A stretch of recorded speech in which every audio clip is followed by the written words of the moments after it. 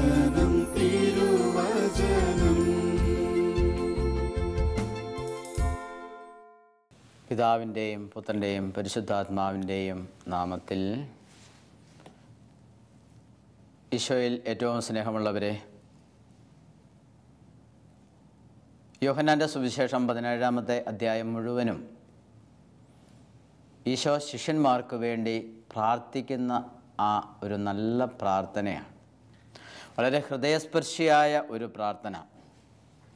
ഈശോ അങ്ങനെ പ്രാർത്ഥിക്കുവാനുള്ള കാരണം ഈശോ നന്നായി അറിഞ്ഞിരുന്നു, ലോകം നിങ്ങളെ ദൂഷിക്കും, നിങ്ങളെ കൊല്ലുന്നവൻ ദൈവത്തിന് ബലിയർപ്പിക്കുന്നു എന്ന് ചിന്തിക്കുന്ന ഒരു കാലഘട്ടം വരും.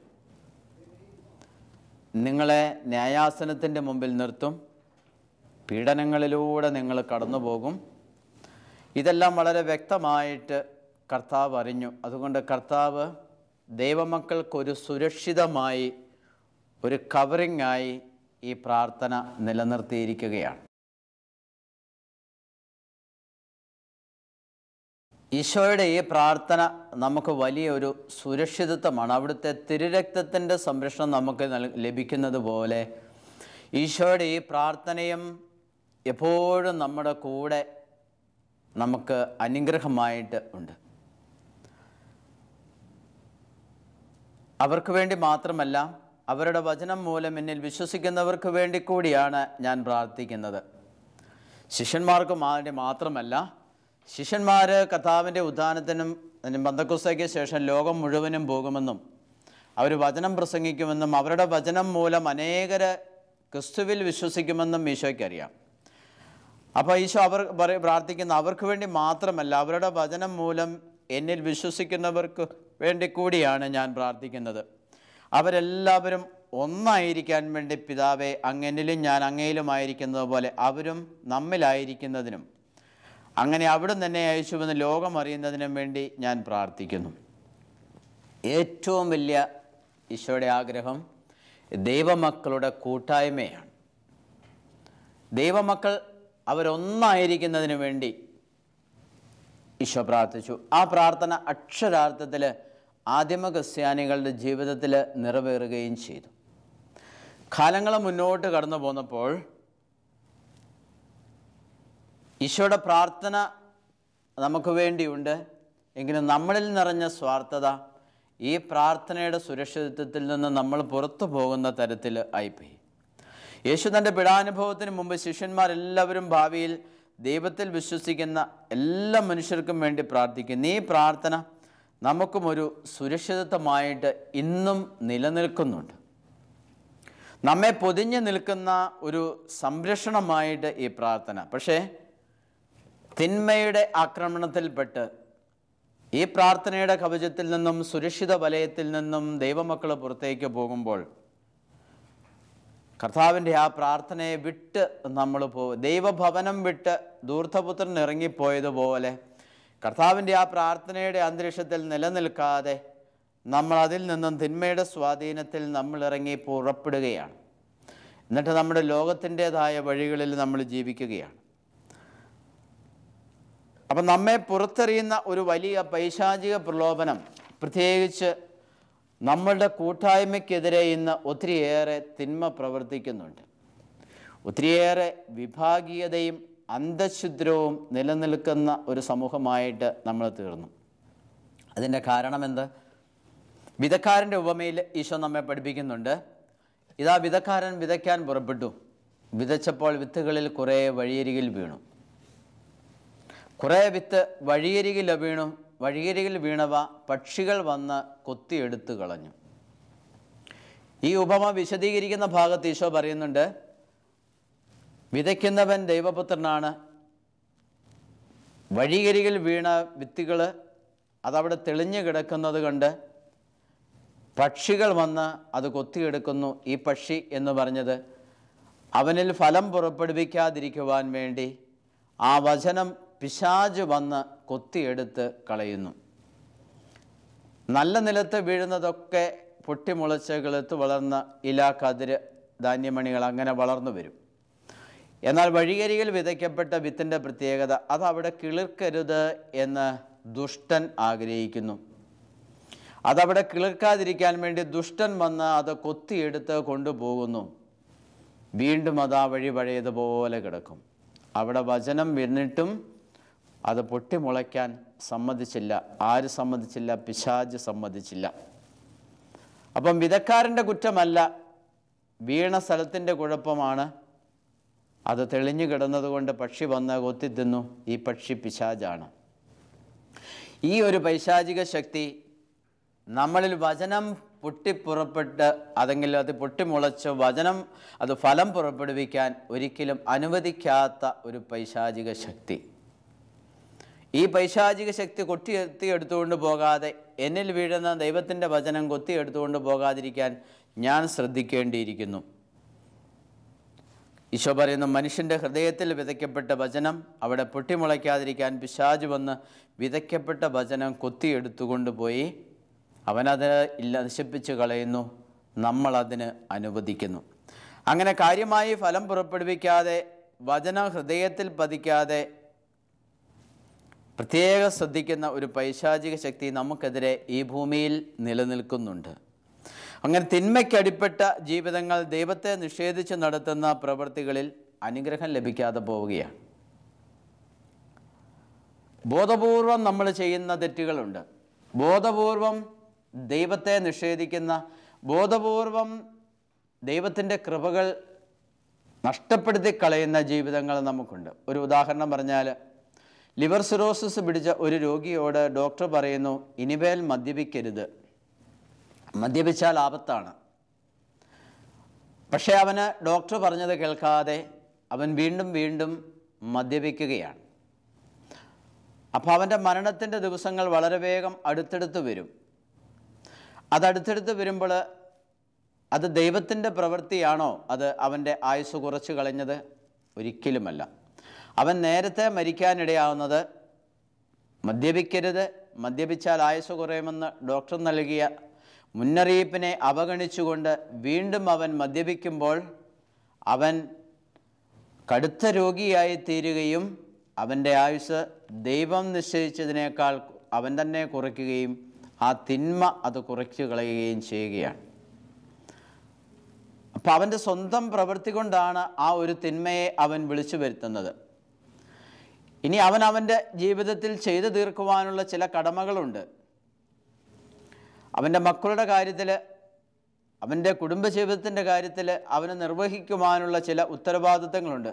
ആ ഉത്തരവാദിത്തങ്ങളൊന്നും നിർവഹിക്കാൻ ആവാതെ അവൻ വളരെ നേരത്തെ അവൻ മരിച്ചു പോകുന്ന ഒരവസ്ഥ വരുമ്പോൾ ദൈവമല്ല അതിന് ഉത്തരവാദി, അവൻ സ്വയം വരുത്തി വെച്ച ഒരു തിന്മയാണ് അത്.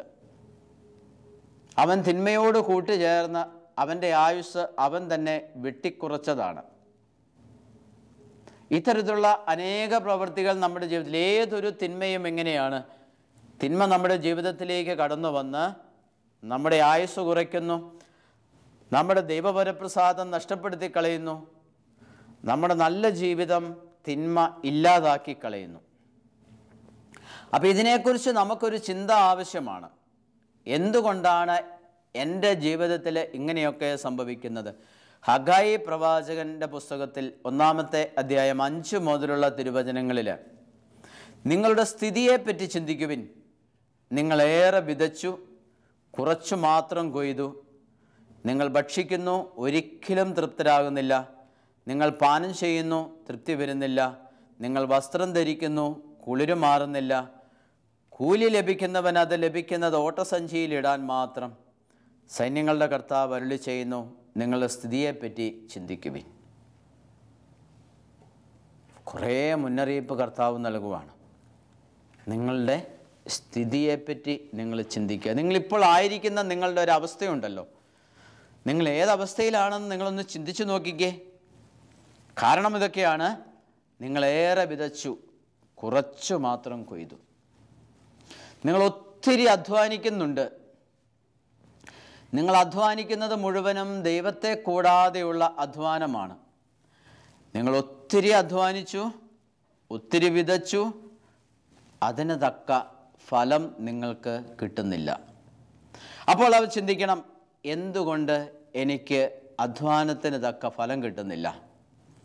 ഞാൻ ഒത്തിരിയേറെ അധ്വാനിച്ചു, ഒത്തിരിയേറെ വിതച്ചു, പക്ഷേ എനിക്കെന്തുകൊണ്ട് ഫലം കിട്ടുന്നില്ല?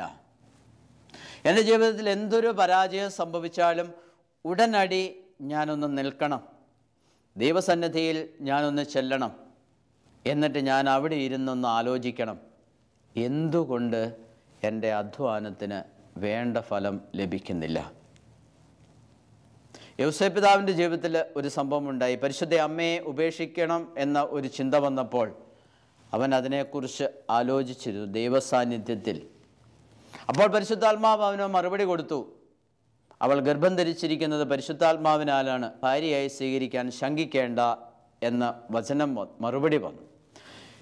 യോസേപ്പ് പിതാവിന് ദൈവസന്നിധിയിൽ ഇരുന്ന് ആലോചിച്ചപ്പോൾ മറുപടി ലഭിച്ചതുപോലെ, കർത്താവെ, ഞാൻ ഒത്തിരിയേറെ വിതച്ചു, പക്ഷേ കുറച്ചു മാത്രം കൊയ്യുന്നു.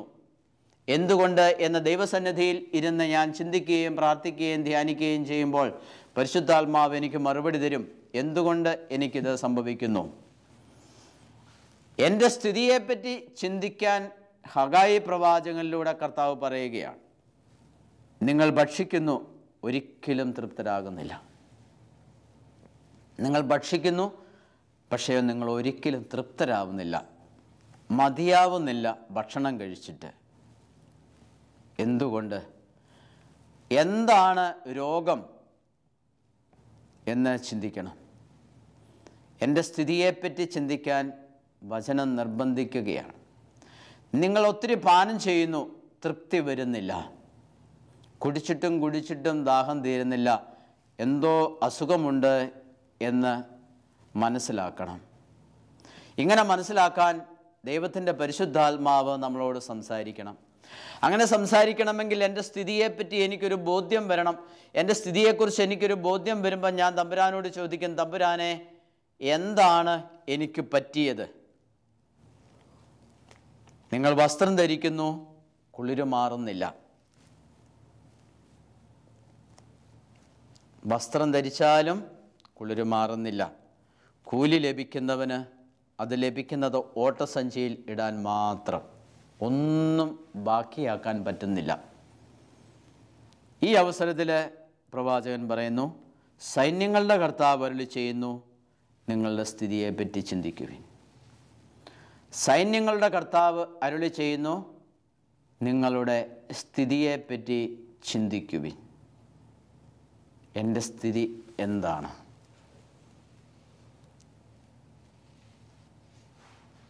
ഇത് ദൈവമാണ് എനിക്ക് ബോധ്യപ്പെടുത്തി തരേണ്ടത്. വഷളായ ഒരവസ്ഥയാണ് എൻ്റേത് എന്ന്, ഒരിക്കലും തൃപ്തി വരാത്തൊരവസ്ഥയാണ് എന്ന്, സമാധാനമില്ലാത്ത അവസ്ഥയാണ്, പരസ്പര കലഹങ്ങളും ഭിന്നതകളും വിഭാഗീയ ചിന്തയും നിറഞ്ഞ ഹൃദയമാണ് എൻ്റേത്. ആരെയും വിശ്വസിക്കാൻ പറ്റാത്ത ഒരു ഹൃദയമാണ് എൻ്റേത്. സ്നേഹമില്ലാത്ത ഒരു ഹൃദയമാണ് എൻ്റേത്. സ്വാർത്ഥതകൾ നിറഞ്ഞ ഒരു ജീവിതമാണ് എൻ്റേത് എന്ന് എനിക്ക് തിരിച്ചറിയാൻ കഴിയണം. ഇത് എൻ്റെ സ്ഥിതി എത്ര വഷളാണ്, അല്ലെങ്കിൽ ഞാൻ എത്രത്തോളം അധപ്പതിച്ചിരിക്കുന്നു എന്ന് എനിക്ക് മനസ്സിലാക്കാൻ പറ്റിയാൽ അത് തിരുത്താനുള്ള ഒരു അവസരമായിരിക്കും. അതുകൊണ്ടാണ് ഹഗായി പ്രവാചകനിലൂടെ കർത്താവ് പറയുന്നത്, നിൻ്റെ സ്ഥിതിയെപ്പറ്റി ചിന്തിക്കുവിൻ. നമ്മുടെ സ്ഥിതിയെപ്പറ്റി ചിന്തിച്ച് ഒന്ന് തിരുത്തുവാനായിട്ട് കഴിയുക എന്ന് പറയുന്നത് വലിയൊരു ദൈവാനുഗ്രഹമാണ്. ഈശോ പറയുന്നുണ്ട്, എന്നെ കൂടാതെ നിങ്ങൾക്കൊന്നും ചെയ്യുവാനായിട്ട് സാധിക്കുകയില്ല. എന്നെ കൂടാതെ നിങ്ങൾക്ക് ഒന്നും ചെയ്യുവാനായിട്ട് സാധിക്കുകയില്ല. നമ്മൾ ആദ്യമേ ചിന്തിക്കേണ്ടത്, എങ്ങനെ ഇത്രത്തോളമൊക്കെ നമ്മൾ ആയിപ്പോയി? ഇത്രത്തോളം നമ്മളായി പോകാൻ നമ്മൾ ദൈവത്തെ സ്നേഹിച്ചിട്ടില്ല. നിയമാവർത്തന പുസ്തകം 6-ാമത്തെ അധ്യായം 4-ാമത്തെ തിരുവചനം പറയുന്നു, ഇസ്രായേലേ കേൾക്കുക, നിൻ്റെ ദൈവമായ കർത്താവ് ഒരേ ഒരു കർത്താവാണ്. നിൻ്റെ ദൈവമായ കർത്താവിനെ പൂർണ്ണ ഹൃദയത്തോടും പൂർണ്ണ ആത്മാവോടും പൂർണ്ണ മനസ്സോടും സർവശക്തിയോടും കൂടെ സ്നേഹിക്കണം. ഇസ്രായേലേ കേൾക്കുക, നിൻ്റെ ദൈവമായ കർത്താവ് ഒരേ ഒരു കർത്താവാണ്. നിൻ്റെ ദൈവമായ കർത്താവിനെ പൂർണ്ണ ഹൃദയത്തോടും പൂർണ്ണ ആത്മാവോടും പൂർണ്ണ മനസ്സോടും സർവശക്തിയോടും കൂടെ സ്നേഹിക്കണം. ഇവിടെ നമുക്ക് എന്തെങ്കിലും പാളിച്ച വന്നിട്ടുണ്ടോ? ഇവിടെ നമുക്ക് എന്തെങ്കിലും തകർച്ച വന്നിട്ടുണ്ടോ? ഇവിടെ നമുക്ക് എന്തെങ്കിലും പോരായ്മകൾ വന്നു പോയിട്ടുണ്ടോ? ഇതാണ് ഒന്നാമത്തെ കൽപ്പന. ഒന്നാമത്തെ കൽപ്പനയുടെ ലംഘനമാണ് പലപ്പോഴും നമ്മുടെ ജീവിതത്തിൽ തകർച്ചകൾ വന്നു ഭവിക്കുവാനുള്ള കാരണം. നമ്മുടെ ജീവിത തകർച്ചകൾ വരുന്നതിനിടയിൽ നമ്മുടെ ജീവിതത്തിൽ വരുന്ന എല്ലാ അനുഗ്രഹങ്ങളും തട്ടിത്തെറിപ്പിച്ച് കളയുന്ന ഒരു പ്രധാനപ്പെട്ട പാപമാണ് ഒന്നാം പ്രമാണത്തിൻ്റെ ലംഘനം. നിന്റെ ദൈവമായ കർത്താവിനെ പൂർണ്ണ ഹൃദയത്തോടും പൂർണ്ണ ആത്മാവോടും പൂർണ്ണ മനസ്സോടും സർവശക്തിയോടും കൂടെ സ്നേഹിക്കണം. ഇതെങ്ങനെയാണ് സ്നേഹിക്കുക? വിശുദ്ധ ഗ്രന്ഥത്തിൽ നമ്മളിതിനെ പറ്റിയൊരു ഉദാഹരണം നമ്മൾ കാണുന്നുണ്ട്. അബ്രാഹാം ഏറ്റവും അധികം സ്നേഹിച്ച മകനെ ബലി കഴിക്കാനായിട്ട് ദൈവം ആവശ്യപ്പെട്ടു. നീ നിൻ്റെ ഏക മകനായ ഇസഹാക്കിനെയും കൂട്ടി നീ മോറിയ മലയിലേക്ക് പോവുക, അവിടെ അവനെ ദഹനബലിയായി എനിക്ക് അർപ്പിക്കുക. അബ്രാഹാം ഏറെ വിഷമിച്ചു. അബ്രാഹാം ആരെയാണ്? ദൈവത്തെയാണ് ഏറ്റവും കൂടുതലായി ദൈവം സ്നേഹിക്കുക. ഒന്നാമത്തെ പ്രമാണം നന്നായി അനുസരിച്ചുകൊണ്ടാണ് അബ്രാഹാം ജീവിക്കുന്നത്. പക്ഷേ അബ്രാഹത്തിന് ദൈവത്തെ സ്നേഹിക്കാതിരിക്കുവാനായിട്ട് ഒരിക്കലും സാധിക്കുകയില്ല. കാരണം ദൈവത്തോട് അത്രത്തോളം വിശ്വസ്തനാണ് അബ്രാഹാം. ദൈവത്തെ ഉപേക്ഷിച്ച് കർത്താവ് പറയുന്ന ഒരു വചനം ഉപേക്ഷിച്ചിട്ട് പിന്നൊരു ജീവിതം അബ്രാഹത്തിനില്ല.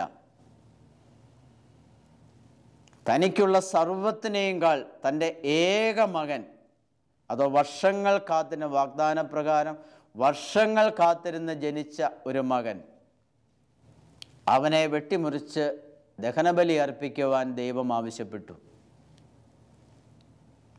അവൻ ആ ബലി അർപ്പിക്കാൻ അവൻ തയ്യാറായി. മകനെയും കൂട്ടി മോറിയ മലയിലേക്ക് പോയി. കാരണം അവൻ ദൈവത്തെ ഒന്നാമതായി സ്നേഹിക്കും. നിൻ്റെ ദൈവമായ കർത്താവിനെ പൂർണ്ണ ഹൃദയത്തോടും പൂർണ്ണ ആത്മാവോടും പൂർണ്ണ മനസ്സോടും സർവശക്തിയോടും കൂടെ സ്നേഹിക്കണം. അബ്രാഹാം ആ കൽപ്പന ഏറ്റവും ഭംഗിയായിട്ട് അനുസരിക്കും. തൻ്റെ ഏക മകനേക്കാൾ കൂടുതലായി ദൈവത്തെ സ്നേഹിക്കുന്നു. തൻ്റെ ഏക മകനേക്കാൾ കൂടുതലായി, തൻ്റെ എല്ലാത്തിനേക്കാൾ കൂടുതലായി ദൈവത്തെ സ്നേഹിക്കുന്നു. അതുകൊണ്ട് അബ്രാഹാം ബലി അർപ്പിക്കാൻ പുറപ്പെട്ടു. അബ്രാഹാം എല്ലാം ചെയ്തു. ബലിപീഠം പണിതു, വിറകടുക്കി, അതിനുശേഷം മകനെ പിടിച്ച് കൈകാലുകൾ കെട്ടി അവിടെ വെച്ചു. മകനെ കൊല്ലാൻ കത്തിയെടുത്തു. കത്തി ഉയർത്തിയപ്പോൾ മാത്രമാണ് കുട്ടിയെ തൊട്ടുപോകരുത് എന്ന സ്വരം കേൾക്കുന്നത്. ആ സ്വരം കേൾക്കും എന്ന് വിചാരിച്ചിട്ടല്ല അബ്രാഹാം ഇതെല്ലാം ചെയ്തത്. ആ സ്വരം കേൾക്കും എന്നൊരു ചിന്തയെ അബ്രാഹത്തിനുണ്ടായിരുന്നില്ല. അബ്രാഹാം കത്തി ഉയർത്തിയത് മകനെ കൊല്ലുന്നതിന് വേണ്ടി തന്നെയായിരുന്നു. ആ സ്വരം കേട്ടില്ലായിരുന്നെങ്കിൽ തീർച്ചയായും അബ്രാഹാം അത് ചെയ്യുമായിരുന്നു. പക്ഷേ ദൈവം അബ്രാഹത്തെ പരീക്ഷിക്കുകയായിരുന്നു. ഒന്നാമതായിട്ട് താൻ ദൈവത്തെ സ്നേഹിക്കുമോ എന്ന് ദൈവം പരീക്ഷിച്ചു. അബ്രാഹാം അവിടെ വിജയിച്ചു. താൻ എല്ലാറ്റിലും ഉപരിയായി ദൈവത്തെ സ്നേഹിക്കുന്നുവെന്ന് വളരെ വ്യക്തമായി അബ്രാഹാം അവിടെ തെളിയിച്ചു കഴിഞ്ഞു. കത്തോലിക്കാ സഭയുടെ മതബോധന ഗ്രന്ഥം 2088 ഖണ്ഡികയിൽ നമ്മോട് പറയുന്നു, വിവേകത്തോടും ജാഗ്രതയോടും കൂടെ നമ്മുടെ വിശ്വാസത്തെ പോഷിപ്പിക്കാനും സംരക്ഷിക്കാനും അതിന് വിരുദ്ധമായിട്ടുള്ള എന്തിനേയും പരിത്യജിക്കാനും പ്രഥമ കൽപ്പന നമ്മോട് ആവശ്യപ്പെടുന്നു. വിവേകത്തോടും ജാഗ്രതയോടും കൂടെ നമ്മുടെ വിശ്വാസത്തെ പോഷിപ്പിക്കാനും സംരക്ഷിക്കാനും അതിന് വിരുദ്ധമായിട്ടുള്ള എന്തിനേയും പരിത്യജിക്കാനും പ്രഥമ കൽപ്പന നമ്മോട് ആവശ്യപ്പെടുന്നു. ഒന്നാമതായി വിവേകത്തോടും ജാഗ്രതയോടും കൂടെ നമ്മുടെ വിശ്വാസത്തെ പോഷിപ്പിക്കാനും സംരക്ഷിക്കാനും. ഈ ദൈവത്തെ സ്നേഹിക്കുന്നതിൽ നിന്ന് വിരുദ്ധമായിട്ട് നമുക്കെതിരെ നിൽക്കുന്ന ഒരുപിടി കാര്യങ്ങളുണ്ട്. ഒരുപക്ഷെ അവ നമുക്ക് ഒരുപാട് സന്തോഷങ്ങൾ തരുന്നതായിരിക്കും, സുഖഭോഗങ്ങൾ തരുന്നതായിരിക്കും, ഒരുപാട് സമ്പത്ത് തരുന്നതായിരിക്കും. അതെന്തുമാകട്ടെ, അങ്ങനെയുള്ള എന്തിനേയും, ദൈവത്തെ സ്നേഹിക്കുന്നതിന് തടസ്സമായി നിൽക്കുന്ന എന്തിനേയും പരിത്യജിക്കാനും പ്രഥമ കൽപ്പന നമ്മോട് ആവശ്യപ്പെടുന്നു എന്നാണ് കത്തോലിക്കാ സഭയുടെ മതബോധന ഗ്രന്ഥം നമ്മെ പഠിപ്പിക്കുന്നത്. എന്തുമായിക്കൊള്ളട്ടെ, ദൈവത്തെ സ്നേഹിക്കുന്നതിൽ നിന്ന് തടസ്സമായി നിൽക്കുന്ന എല്ലാറ്റിനെയും പരിത്യജിക്കണമെന്ന് സഭ ആവശ്യപ്പെടുന്നു. വിശ്വാസത്തിനെതിരായി പാപം ചെയ്യാൻ പല രീതികൾ നമുക്കുണ്ട്. ഇന്ന് നമ്മുടെ ജീവിതത്തിൽ വന്നു ഭവിച്ചിരിക്കുന്ന എല്ലാ തകർച്ചകൾക്കും കാരണം ഒന്നാമത്തെ കൽപ്പനയുടെ ലംഘനമാണ് എന്ന് നമ്മൾ ഓർക്കണം. കാരണം ദൈവത്തെക്കാൾ അധികമായി നമ്മൾ പലതിനെയും സ്നേഹിക്കുന്നു. ദൈവത്തെക്കാൾ അധികമായി നമ്മൾ നമ്മുടെ കുടുംബങ്ങളെ സ്നേഹിക്കുന്നുണ്ട്. ദൈവത്തെക്കാൾ അധികമായി കുഞ്ഞുങ്ങളെ സ്നേഹിക്കുന്നവരുണ്ട്. ദൈവത്തെക്കാൾ അധികമായി ജീവിത പങ്കാളിയെ സ്നേഹിക്കുന്നവരുണ്ട്. ദൈവത്തെക്കാൾ അധികമായി തങ്ങളുടെ വാഹനത്തെ സ്നേഹിക്കുന്നവരുണ്ട്. ദൈവത്തെക്കാൾ അധികമായി തങ്ങളുടെ സമ്പത്തിനെ സ്നേഹിക്കുന്നവരുണ്ട്. അങ്ങനെ ദൈവത്തെക്കാൾ അധികമായി പലതിനെയും സ്നേഹിക്കുന്ന ഒരുപാട് ജൈവജനം ഇന്ന് ഉണ്ട്. അപ്പോൾ ദൈവത്തെക്കാൾ അധികമായി എന്തിനെയൊക്കെ സ്നേഹിക്കുന്നോ അവിടെയെല്ലാം ഒന്നാമത്തെ പ്രമാണത്തിൻ്റെ ലംഘനം നടക്കുന്നുണ്ട്. ദൈവത്തെ മാനിച്ചാൽ മാത്രമേ ദൈവം നമ്മളെയും മാനിക്കുകയുള്ളൂ. ദൈവത്തെ ഒന്നാമതായി സ്നേഹിച്ചാൽ മാത്രമേ ദൈവം നമ്മളെ മാനിക്കുകയുള്ളൂ. നമ്മളൊന്ന് ചിന്തിച്ച് നോക്കുക. നമ്മളുടെ കുദാശകളുടെ സ്വീകരണം, പ്രത്യേകിച്ച് ദിവ്യകാരുണ്യ സ്വീകരണം, വേണ്ടത്ര ഒരുക്കത്തോടെയാണോ ദിവ്യകാരുണ്യം നമ്മൾ സ്വീകരിക്കുന്നത്? ദേവാലയത്തിൽ ദിവ്യകാരുണ്യം സ്വീകരിക്കുന്നവരുടെ എണ്ണം അനുദിനം വർദ്ധിക്കുന്നുണ്ട്. പക്ഷേ വേണ്ടത്ര ഒരുക്കത്തോടെയാണോ നമ്മൾ വിശുദ്ധ കുർബാന സ്വീകരിക്കുന്നത്? ജെറൂസലം ദേവാലയത്തിൽ കച്ചവടം നടന്നപ്പോൾ കർത്താവ് ചാട്ടവാറുണ്ടാക്കി അവിടെ കച്ചവടം ചെയ്തിരുന്നവരെ എല്ലാം കർത്താവ് പുറത്താക്കി. ദൈവത്തിന് നേരെയുള്ള വളരെ പ്രകടമായ ആക്രമണമാണ് ദേവാലയത്തിൽ അന്ന് ഇസ്രായേൽ ജനം കാണിച്ചത്. എൻ്റെ ആലയം എല്ലാ ജനതകൾക്കുമുള്ള പ്രാർത്ഥനാലയം എന്ന് വിളിക്കപ്പെടും, നിങ്ങളോ അതിനെ കവർച്ചക്കാരുടെ ഗുഹയാക്കി മാറ്റിയിരിക്കുന്നു.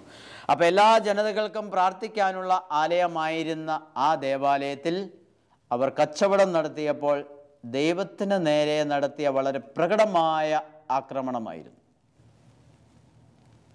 അതുകൊണ്ട് കർത്താവ് അവിടെ ചാട്ടവാറെടുത്തു. നമ്മുടെ ജീവിതത്തിൽ ദൈവത്തിനെതിരെ വളരെ പ്രകടമായി നമ്മൾ ചെയ്യുന്ന തെറ്റുകൾ കർത്താവ് അവയ്ക്കെതിരെ ചാട്ടവാറെടുക്കും. ഇസ്രായേലെ കേൾക്കുക, നിന്റെ ദൈവമായ കർത്താവ് ഒരേ ഒരു കർത്താവാണ്. നിന്റെ ദൈവമായ കർത്താവിനെ പൂർണ്ണ ഹൃദയത്തോടും പൂർണ്ണാത്മാവോടും പൂർണ്ണ മനസ്സോടും സർവശക്തിയോടും കൂടെ സ്നേഹിക്കണം. ഇതാണ് പ്രഥമവും പ്രധാനവുമായ കൽപ്പന. കാരണം ദൈവം നമ്മുടെ ജീവിതത്തിൽ മഹത്തായ ഒരുപാട് കാര്യങ്ങൾ ചെയ്തിട്ടുണ്ട്. ദൈവം എൻ്റെ ജീവിതത്തെ സമർത്ഥമായി അനുഗ്രഹിച്ചിട്ടുണ്ട്. അതിനെല്ലാം ഞാൻ മറുപടിയായി ഈ ദൈവത്തെ സ്നേഹിക്കണം. ദൈവം എന്നിൽ നിന്നും ആവശ്യപ്പെടുന്നത് വിശ്വസ്തത നിറഞ്ഞ ഒരു ജീവിതമാണ്. റോമാക്കാർക്കുള്ള ലേഖനത്തിൽ പൗലോസ് അപ്പോസ്തലൻ ഓർമ്മപ്പെടുന്നത് ദൈവത്തെ അംഗീകരിക്കുന്നത് ഒരു പോരായ്മയായി അവർ കരുതി. ഇന്ന് നമ്മുടെ ജീവിതത്തിലും ദൈവത്തെ അംഗീകരിക്കുന്നത് ഒരു പോരായ്മയായി കരുതുന്ന ഒരു വലിയ സമൂഹം നമുക്കുണ്ട്.